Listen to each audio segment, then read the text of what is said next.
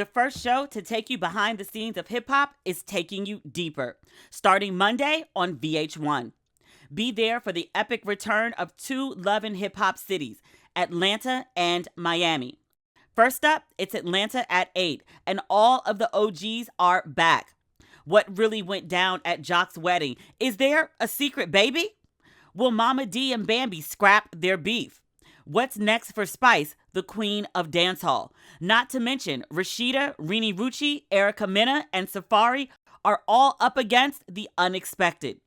This season can only be described as unthinkable, and that's only the first hour.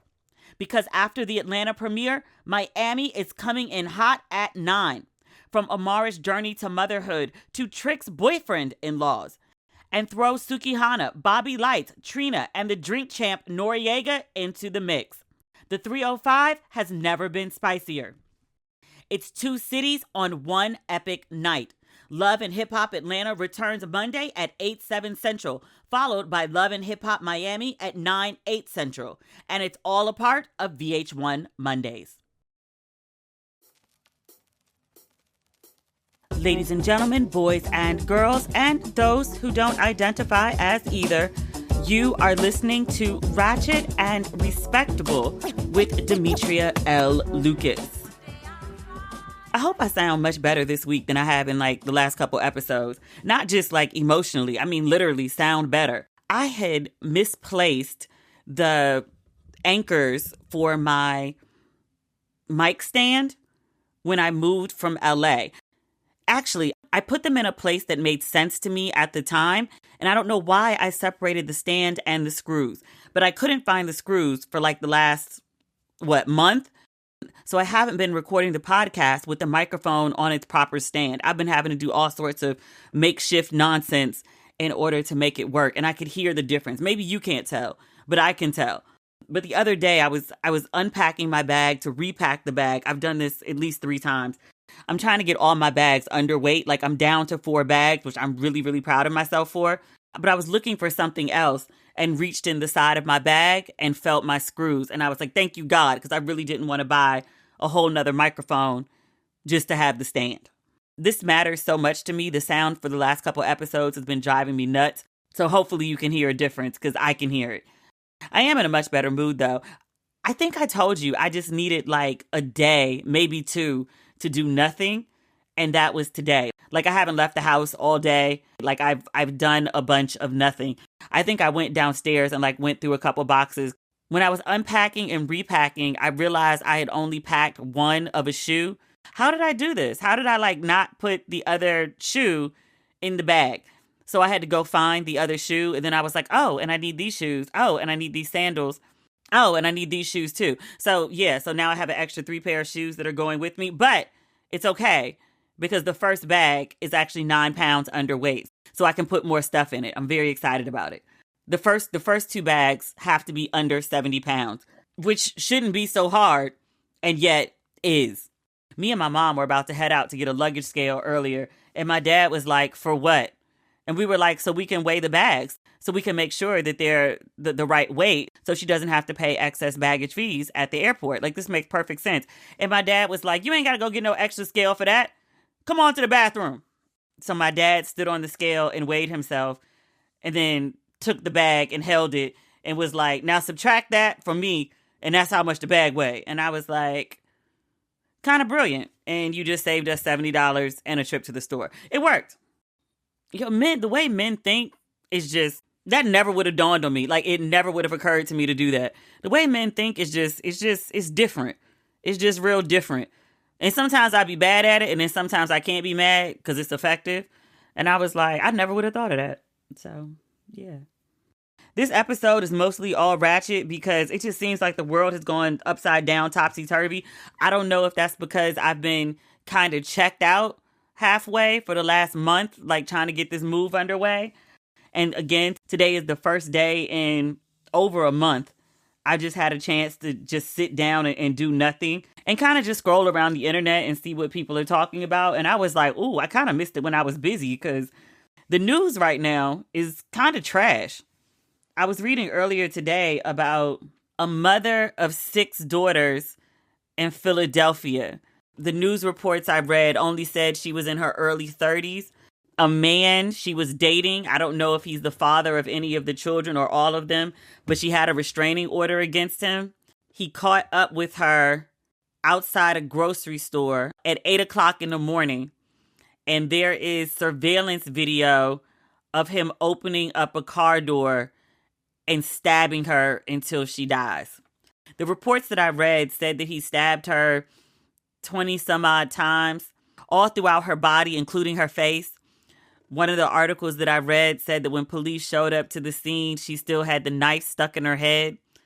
Horrible thing, obviously, to happen to the woman, but also the 6 girls. Like, what happens to those 6 children? I mean, they got daddies, but for sure they don't have a mom.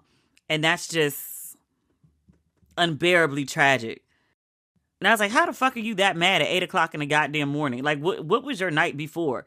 And how do you stab somebody that many times? Like, how much rage must you have? That's such a brutal crime.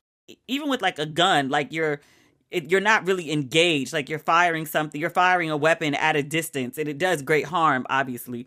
But to stab someone is just like, that's physical energy you have to exert. Like, it's really not easy to stab someone. Like, you gotta really put your back into it. And I was like, what the fuck are you so mad about? To stab someone all those times, and like in the body, in the face, in the head, like, the fuck is wrong with you? I did read that the man who did that had been arrested. May he spend the rest of his life in prison. Such a horrific story. There was another story. This one was in Texas. I saw it in the New York Post. This woman, she was in her 20s, 24. She got into an argument with her boyfriend at a gas station. People heard her tell him, "I'm going to kill you." They were outside the gas station at the car. According to witnesses, she went inside and she got 50 cents worth of gas. Witnesses saw her pouring gasoline on her boyfriend while he sat in the backseat of a Jeep. I was like, wait, gas has a very distinct smell. He's in the backseat. He would have to be awake if they're arguing, correct? So he sat there and let her pour gasoline on him? If somebody poured gasoline on me, I would think that they were about to set me on fire. Because why else would you pour gasoline on somebody? But even if he just thought like, oh, she's trying to ruin my clothes, wouldn't you get pissed and jump out the car? Okay. Witnesses say that she then walked around to the driver's seat of the car and then she set him on fire with an unknown object. She threw something into the backseat of the car and he went up in flames. Witnesses saw him escape the vehicle. He was running through the parking lot trying to stop the burning. A customer came to his aid with a fire extinguisher, and witnesses say he was bleeding and had skin that appeared to have melted off his body. While witnesses were trying to help the man, the girlfriend told bystanders that she was smoking while she pumped gas, and that's why the fire started. But the people were like, nah, sis, we saw you do this. You set that fire intentionally. And when she tried to leave, like her version of events is that she accidentally started this fire at a gas station, no less. I was like, girl, you put everybody's life in danger with that shit. Your version of events is that you were smoking while pumping gas and the fire started as an accident. And that's why your boyfriend is on fire. And yet she tried to leave the scene of the crime. So someone tried to detain her. Witnesses say she pushed the person to the ground and drove away while smiling, according to the police report. So she was arrested in July, and she was initially charged with aggravated assault, bodily injury with a deadly weapon. Dude has been hanging on since this incident in July. That young man, 25 years old, he died last week. So now the woman is being charged with murder. She's currently in custody. Girl, I don't know what you could possibly argue with somebody about. Cheating, stealing somebody's money. I don't know what you could argue with somebody about this setting them on fire. It seems acceptable. Like, I'm baffled. I'm baffled. Whatever happened between y'all, he's 25 and dead, and you're 24 and gonna be sit up in prison for a good 10 to 20. I don't know what could be worth that. Like the GP of it all, and you know I love some GP. GP is good for cursing people out. It's not good for killing people. I'll give you a good slap. I ain't saying it's right. I understand how it happens. I'll give you something that doesn't cause like permanent injury and you won't land in jail for years. This shit. The story we just talked about. What could you be so mad at somebody about that you go stab them all those times? I was reading about this woman, 40-year-old woman, a nurse, no less, from Texas. She's living out in LA and she ran through the light at an intersection. You've seen this video, yeah? It was all over on Friday. Like a bunch of people sent it to me. A really popular intersection in South LA. The woman is black. And because of where the incident took place, I would guess that most of the people who were injured are black as well. The last figure I heard was 5 people dead, including a pregnant woman and an infant. And then 9 or 10 people, most of them teenagers, had gone to the hospital. It was a really crazy video. It's like a regular intersection and cars are going across. And then out of nowhere, this car comes barreling through, hits another car in the middle of the intersection and immediately bursts into flames. And then there's like a streak of flames, like something you would see in a movie where the skid marks would be from when the car went sliding. I saw the damage to the cars. It's miraculous that anybody survived, which a lot of people didn't. But the woman who went barreling through the light, she survived.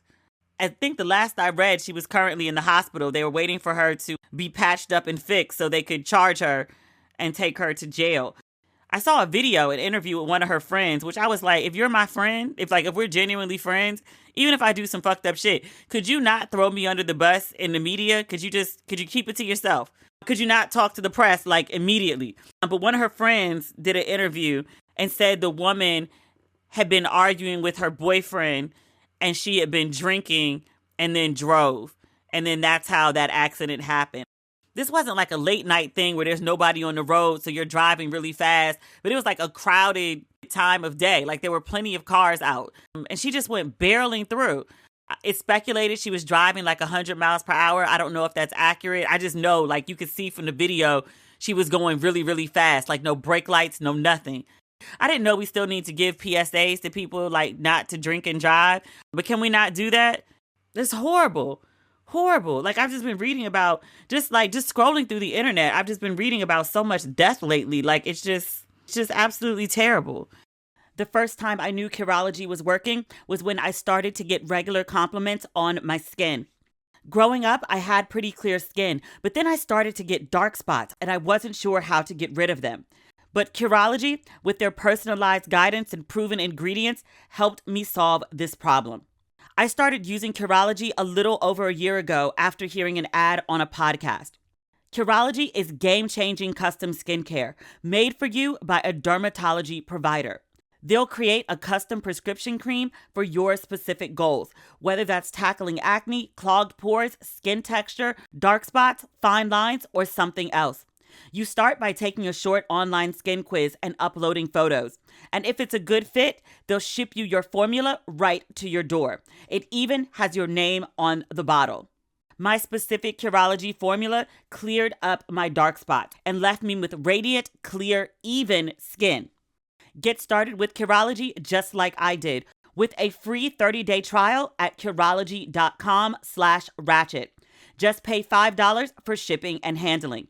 That's CUROLOGY.com /ratchet to start your free 30-day trial. Cancel anytime. Prescription subject to consultation. The travel, the parties, the gatherings, the extra time outside, and of course, a little well-deserved time off. What's not to love about this time of year? With all that fun on my calendar, it's hard to find time to grocery shop and commit to delicious fruit and veg packed meals that keep me nourished. That's where Daily Harvest comes in. Daily Harvest delivers delicious food built on organic fruits and vegetables. Choose from smoothies, flatbreads, harvest bowls, and more, all ready to enjoy in minutes. So if I'm just getting back from a trip and too busy to grocery shop, Daily Harvest has my back. They help keep my freezer stocked with good food that's always ready when I am. Everything's farm to frozen to lock in peak nutrients and flavor. Dig savory, sweet, somewhere in between, they got you. With Daily Harvest, there are tons of options for any time of day. And the best part, no shopping, chopping, or heavy lifting. At the end of the day, I always look forward to my Daily Harvest Strawberry Peach Smoothie. I love how Daily Harvest has so many nourishing options that help me stay on track and make sure I spend less time in a hot kitchen. Daily Harvest is committed to human and planetary health, which means they do their absolute best to ensure transparency and integrity when it comes to their ingredients and the humans who grow them. It's a win-win. Case in point, by supporting farmers who invest in practices that increase biodiversity and improve the health of our soil, and by delivering food in recyclable and compostable packaging. Daily Harvest does the work, so all I have to do is eat and enjoy. Stay busy and eat sustainably with Daily Harvest. Go to dailyharvest.com/respectable to get up to $40 off your first box. That's dailyharvest.com/respectable for up to $40 off your first box. dailyharvest.com/respectable. I wanted to, I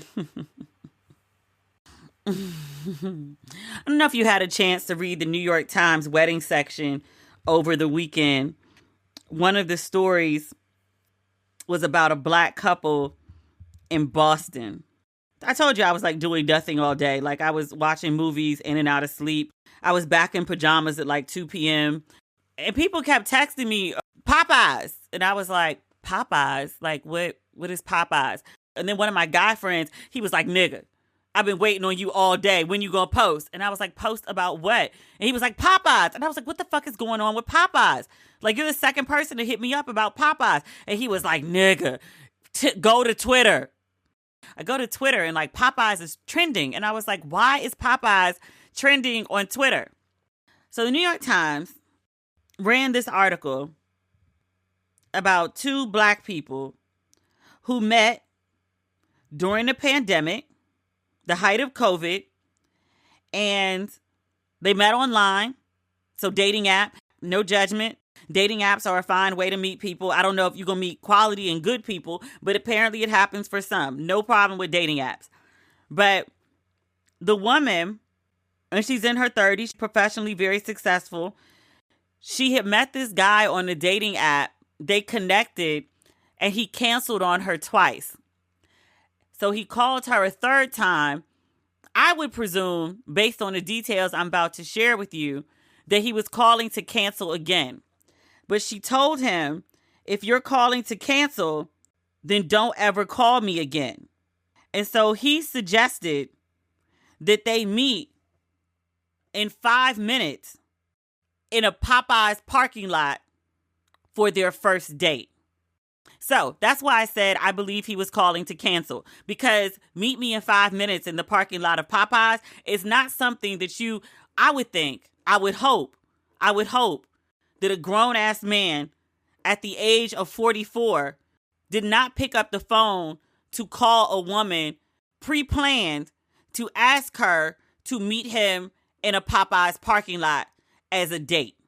It's bad enough that he suggested it as like a save because the woman was like, don't speak to me again if we can't get together.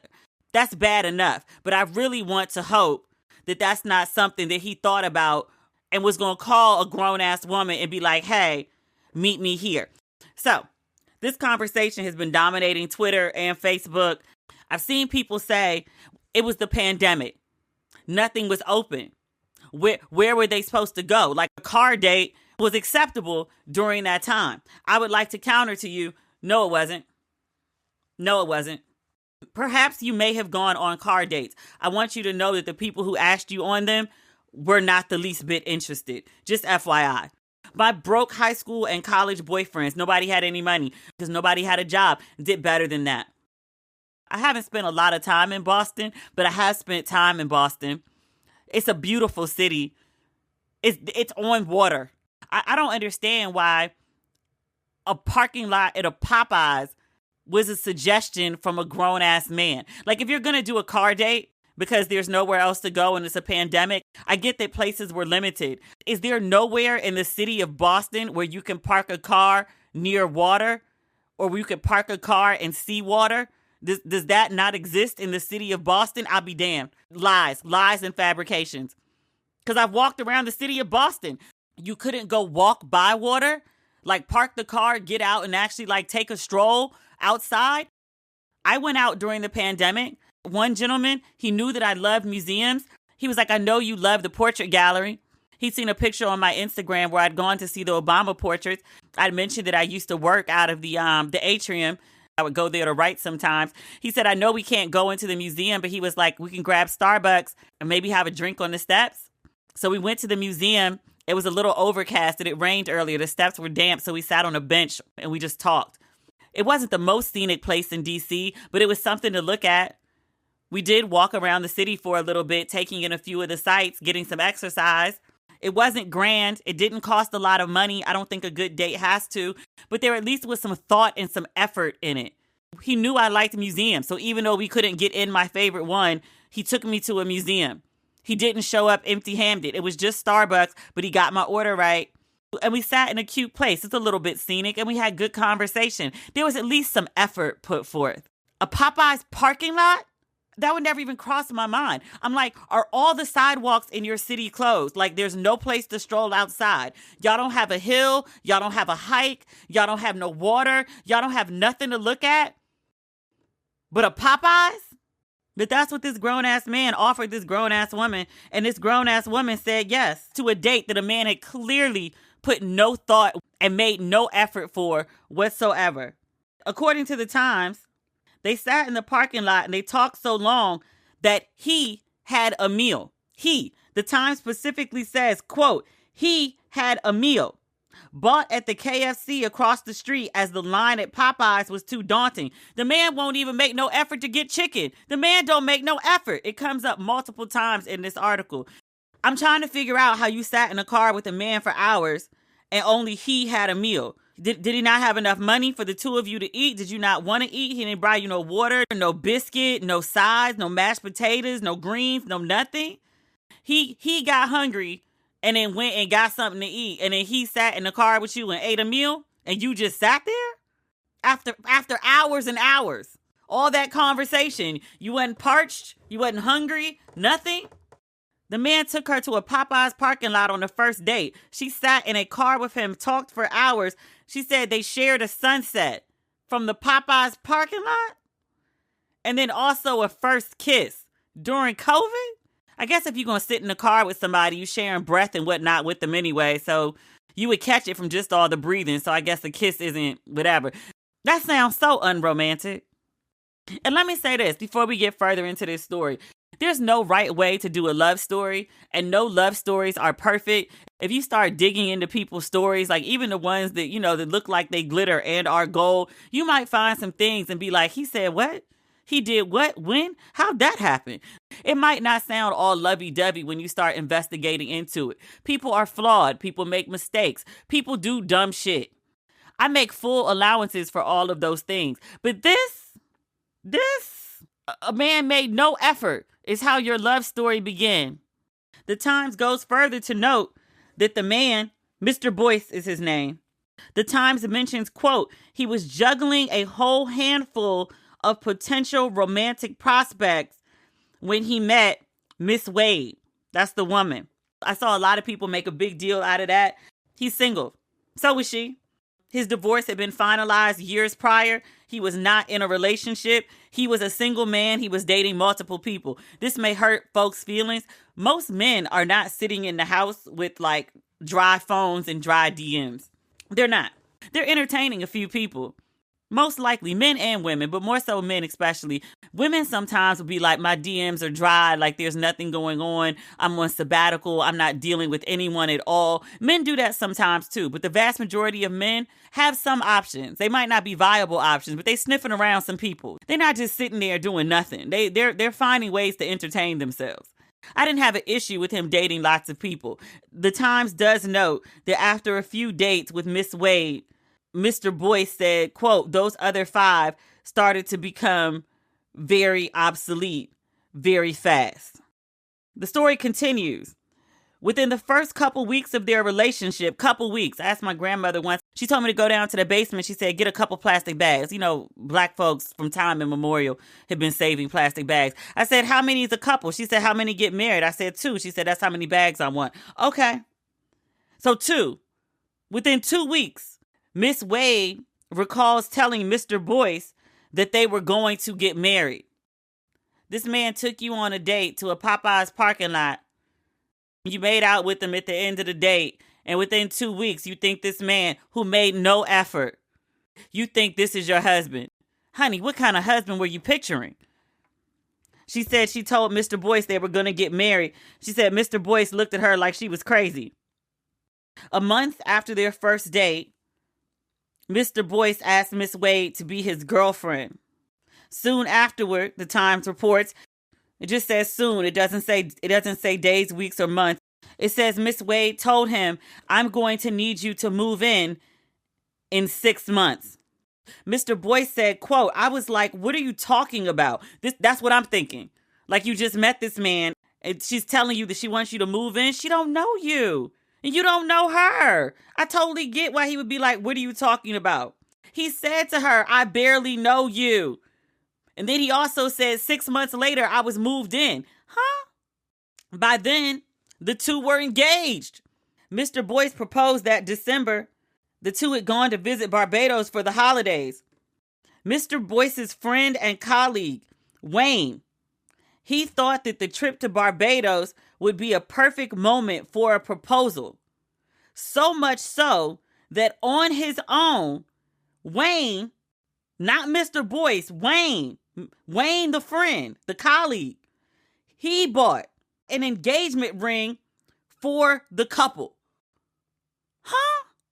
Men be buying their friends engagement rings unasked? Huh? I need at least 2 more paragraphs on Mr. Wayne. And I need a quote from Mr. Wayne. I need Mr. Wayne to do an entirely separate interview to explain why he went and bought a ring unasked for his friend to propose. The Times notes that in April, the couple moved into a home that they built together. And in July, they were wed at the home of a friend in Vermont. I'm disturbed by the seeming lack of effort that this man has put forth in this relationship. If there was more effort to be made, the Times didn't do a good job of conveying it. Because you're starting off talking about a date at a Popeyes parking lot, and then she's dictating to him of what he's going to do, and he's like, no, and then he does it anyway.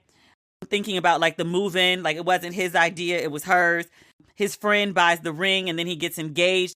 The man literally didn't go buy the ring to propose to the woman. It's like everything had to be introduced to him. He was going to call the woman and cancel the date. And then she was like, well, if you cancel, never call me again. So he's like, okay. We'll go on a date. And then she says, we're going to move in together in 6 months. And he's like, no, that's crazy. And then, okay. We'll move in together. He's going on this trip to Barbados with no plans to do anything other than have a great vacation. His friend buys the ring. And then he's like, okay. We'll get engaged. I know this man isn't expected to be the leader in his home. He ain't led nothing so far. He plans shitty dates and he makes no plans. He just goes along with whatever's being presented to him. And again, there is no perfect love story. The woman, Miss Wade, in the pictures, she looks very happy. She's smiling big and cheesy. It's pictures from their wedding day. I hope that their courtship has been grossly misrepresented by the Times. I also hope that whatever life that they lead together, I hope this man shows more interest in her than what has been depicted here. This sounds real like, we ain't getting no younger, we might as well do this. Which was a horrible lyric in an otherwise great song. And we're going to talk about the Times and the kind of like low-key racistness of publishing this. I definitely want to get to that. Never get tired of a good whodunit? Then you'll love June's Journey. You play as June Parker, an amateur detective on a quest to solve the murder of her sister and uncover her family's many secrets. You'll need to find objects devilishly hidden in intricate scenes full of little details, and before the timer runs out. Whether you're craving a good mystery or just need to get away for a while, June's Journey is the perfect game for you. Sit back, relax, and let your inner Sherlock escape to the glamorous roaring 20s. You'll search for hidden clues to solve mystery after mystery across thousands of vivid scenes. And with new chapters added every week, there's always a new case waiting to be cracked. I love June's Journey. When I start playing, I can't put it down. And I'm not the only one. June's Journey has 30 million fans. Find your inner detective. Download June's Journey today. Available on Android and iOS mobile devices, as well as on PC through Facebook Games. It's so silly to do things the hard way for no reason, like trying to open a package with your hand when there's a box cutter right there. Sometimes you can get by doing things the hard way without realizing it. But when you run a business, doing things the hard way means you're holding yourself and your business back. ShipStation gives e-commerce sellers an easier way to manage shipping, so you can take all the energy that goes into managing orders, choosing carriers, and printing labels and use it to grow your business. No wonder ShipStation is already trusted by over 100,000 sellers.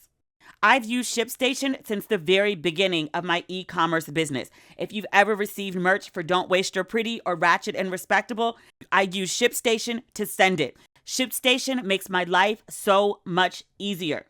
And using ShipStation will make you wonder why you ever did shipping the hard way. It works for all your storefronts, Amazon, eBay, Etsy, or Squarespace like me, and lets you automate processes like fulfillment and tracking so you can save time managing orders while keeping customers happy. ShipStation isn't magic, but it will make your shipping stress disappear. Sign up using promo code RESPECT for a free 60-day trial today at ShipStation.com and start breathing easier with every shipment. That's 2 whole months of stress-free shipping, and it's free to try. Just go to ShipStation.com, click on the microphone at the top of the page, and type in RESPECT. ShipStation. Make ship happen. This bothers me. And one of the reasons it bothers me is, well, obviously like the man's clear lack of effort, but also it strikes me as this lady really just wanted to get married on some any warm body will do. And I don't like to see Black women not being cherished or celebrated or just not being treated decently. Like here you are as a professional woman. The Times does note that Miss Wade has an MBA from Boston University. She's a vice president for global inclusion, diversity, and equity at a Boston financial services company. She is also the president of the Boston chapter of the National Black MBA Association. And I can just tell by some of the details, like you're getting married at your friend's place in Vermont. You're going on vacation in Barbados. They built this home together. This is a woman who's accustomed to a certain lifestyle and a certain kind of living. She's a VP at a financial services company. The parking lot of Popeyes is not the kind of lifestyle that she's accustomed to. And it sounds to me like she settled for this man. He was a warm body who showed up and kept showing up, and she could tell him what to do, and he said, okay. He didn't make much effort, but he also didn't make much fuss. Nobody dreams of this shit. Nobody dreams of being whisked away to a Popeyes parking lot on a date, even during a pandemic. This strikes me as one of these decisions that's a result of the deceased cult leader. And he's not the only one that says it. He probably said it on the loudest microphone. The rampant misogyny that he spread has been around forever. It's a low-grade misogyny, the insults that are usually given to women one-on-one, just not in front of a microphone. He said it loud, and he made it more popular for men to be more comfortable in their misogyny. Kind of like Trump. He didn't make anybody racist. He made racists more comfortable being racist out loud. Same difference. This whole article strikes me as a woman who's been told over and over and over that she has no worth. Her job means nothing. Her degrees are unimpressive. Like, no man cares about that. You're a woman of a certain age, so you're a leftover. You're a woman of a certain size, so no man is going to want you. You're a woman of a certain complexion, so you really don't have a lot of options. So you should just be happy with whatever you can get, including a date in a Popeyes parking lot. Like, you should be thankful that a man is interested in you with all of the strikes that you have against you just by being really just a woman. Like, you should be thankful that a man takes any interest in you if you're over the age of really like 21. 25, I think he started saying, like, when women were like out of season or something. And this is me never meeting this woman, know anything about this woman, just totally basing it on the details that are in this New York Times article. But it very much strikes me as like a woman who's been brainwashed to believe she can't do better than a Popeyes parking lot. Because if you knew you could do better than that, you wouldn't do that. You would be like, what? No. You're not obligated to say yes just because a man invites you somewhere. You can also counter and be like, no, we're not going to XYZ. Can you take me to blah, blah, blah? And I wonder if she was privy to all of the details that came out in this article. Like, I'm really trying to figure out how good his conversation could be that you're sitting up in a Popeyes parking lot talking to someone who eventually gets hungry and goes and gets food across the street from KFC. Like, he's too lazy to stand in line at the Popeyes. He won't even make the effort for the better chicken. Popeyes chicken is better than KFC. Go argue with your mom, not me. You have an hours-long conversation in this Popeyes parking lot. You make out with him at the end. Actually, correction. It says she kissed him at the end. And she was so enamored with this conversation that within 2 weeks, she tells this man, she's like, I think we're going to marry. What? You can't tell me that's anything other than an act of desperation. And I know some people would be like, Demetria, this really just sounds bitter because this woman is in the New York Times and she is married. She has a husband. Who are we to say that she's wrong? I'm not saying she's wrong. And I want to also be clear that I said earlier in this conversation, I hope that what the Times has written is a skewed version of what their actual reality is. I really genuinely hope that the journalist got it wrong. Sometimes I think even for folks who say that, like, I want a husband, I think we need to put qualifiers on that. I think it's important. I think just saying, like, I want a husband isn't enough. I think you want, like, a good, responsible husband who actually, you know, acts like he's into you and makes some effort. Just having a warm body that comes with a penis is not enough. Yeah, you get the, you know, the ring and the wedding and the pretty pictures, but you also got to live that life, that day in, day out with somebody. Just doing it for a title, just doing it so you could have a baby within wedlock? No. That'll fuck up your life. I would love to see a follow-up to this story within like 3 to 4 years. And I say that, and I also say I hope that I am wrong about everything that I said. I hope that this journalist got this wrong. I hope that this man is absolutely lovely, and he just, you know, fucked up the first date and the engagement. I hope that this man actually has a backbone that was never displayed at any point during this article. I hope that exists for him. I do. I genuinely do. I don't want to see no black woman out here getting treated bad.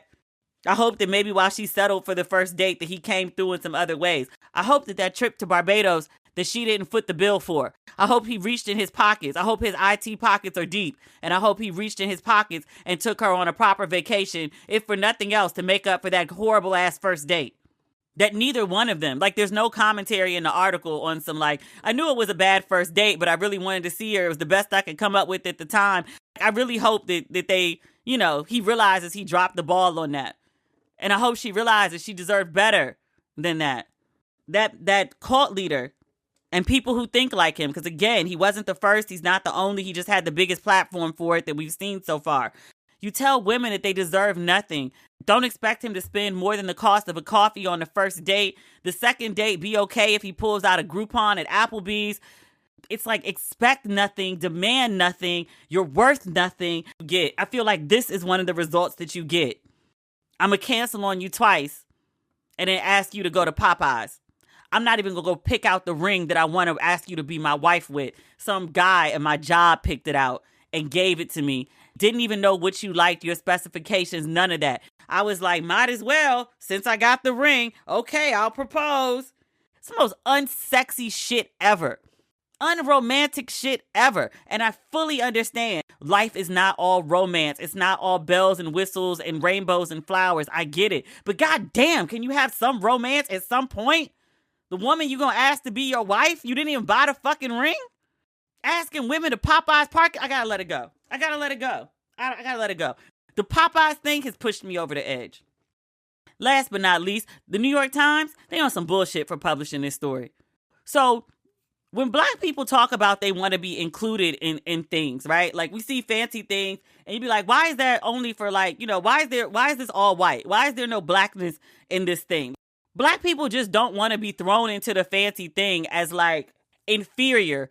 The New York Times wedding section has always been sort of upscale, ritzy, aspirational, big love story, a lot of money spent on the wedding, gorgeous photos.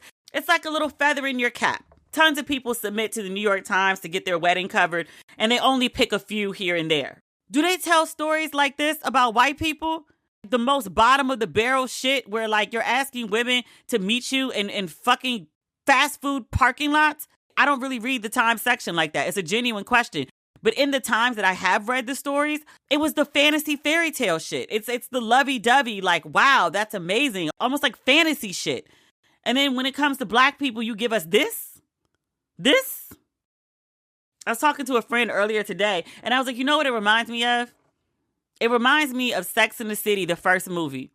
And all through Sex and the City, black people, black women especially, love the show, watch the show faithfully, me being one of them. We'd be like, why is there no like black character like Carrie? All these women live in New York City, which is incredibly segregated in some ways. Okay, it's entirely possible that there were 4 white women and they had not near one black friend. Totally possible. But just because there were so many black viewers, it would have been nice if there was a black girl thrown into the mix. They got it right with the remix of the show 20 years later. Nicole Ari Parker in the Sex and the City reboot is the Carrie Bradshaw I always wanted. I love her. Sex and the City movie, the first one, they bring in Jennifer Hudson as like the black girl who's going to be in the movie. Which, great. There's black representation in Sex and the City. Black women specifically have been asking for representation on the show. And they bring in Jennifer Hudson and they have her playing Carrie's intern who just moved to the city, who is very nice and is learning her way and would have figured it out in time. But she got there. She's brand new. She's wide-eyed. She's unsophisticated. She doesn't know one bag from another. This is not what we asked for. We wanted a black chick who was on par with the white women who were all over the TV show. We didn't want an assistant who Carrie gave an ugly bag to, and the girl was so unfashionable she didn't even know the bag was ugly as fuck. I feel like that's what the Times did. All the stories you could have gave, and I know this wasn't the best black story in the batch. Contrary to statistics, black folks get married literally every day. I know those are not the only black people who submitted a story for consideration to the Times. I know they could have done better. The Times goes and gets a story about black people eating chicken in a parking lot on a date. And not only is it a detail in the story, it's a headline of this story. After a first date at Popeyes, marriage was on the menu. Am I the only one that thinks that's kind of racist? Black people like chicken. Everybody likes chicken. There is a specific stereotype about black people and not just chicken, fried chicken. The opening line of the article is talking about these black people at goddamn Popeyes. The parking lot of Popeye's Louisiana Kitchen in the Roslindale neighborhood of Boston is not a particularly romantic spot for a first date. This shit's racist. And I feel like it's pushing this narrative of black women and struggle love. Like, if you want to be married black woman, then this is the shit you got to go through. You got to get 2 dates canceled, and on the third one, you got to accept some bullshit like Popeyes in a parking lot. You got to accept a man who's juggling a bunch of women. You got to accept a man who doesn't even buy you an engagement ring. His boy bought it. If you want to get married as a black woman, then here's a blueprint. This is what you should accept. And just say yes to whoever asks. That's how you get a husband as a black woman. This sends a horrible fucking message. I hate it. I want to add this. Because this couple is being dragged all over the internet right now, the woman's friends have been speaking out because people have been calling her desperate. But this woman posted this. I don't see her name attached, but this is what a makeup artist from the wedding posted. She says, quote, "I know this young lady, and she's not, in caps, desperate. She met him in the middle of the pandemic shutdown in 2020, and many businesses were closed. She said, I hate everything about this title." She's referring to the article. "It screams racist stereotype. It's not just me." She continues, "It should read, we met on a dating app in the middle of a pandemic and found love, or we hinged on a bet and found love." The friend keeps going. She says, quote, "This guy is very nice, a great sense of humor, and treats her like a queen. Glad to hear it. They, in all caps, are not broke and make a very good living. This article missed several editors, and I hate how they are portrayed. The reality is when we meet people, men or women, folks are dating others until one person tickles the other person's fancy. This rookie reporter needs to return to J school. I agree this headline and article are not favorable at all." Okay. So yeah, that is my assessment of the New York Times piece. People were pinging me all day trying to get me to write about it. And I was like, I'm off the clock. Sorry. I'll save it for the podcast, which now you have it. That is our episode for this week. It's not everything. It's what we've got. We'll talk soon. The next time we speak, I think it'll be from Ghana. I'm excited about that. There's still so much to be done. But taking today off made a world of difference. Much needed break. We'll talk again later this week. Okay, bye.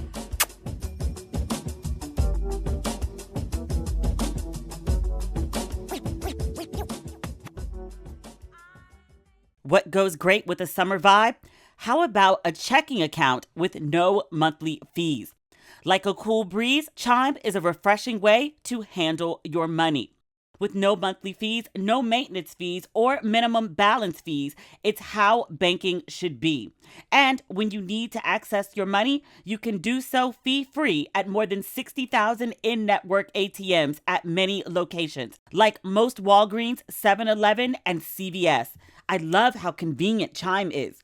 You can also send money to anyone, even if they aren't on Chime. Fee-free for you and no cash-out fees for them.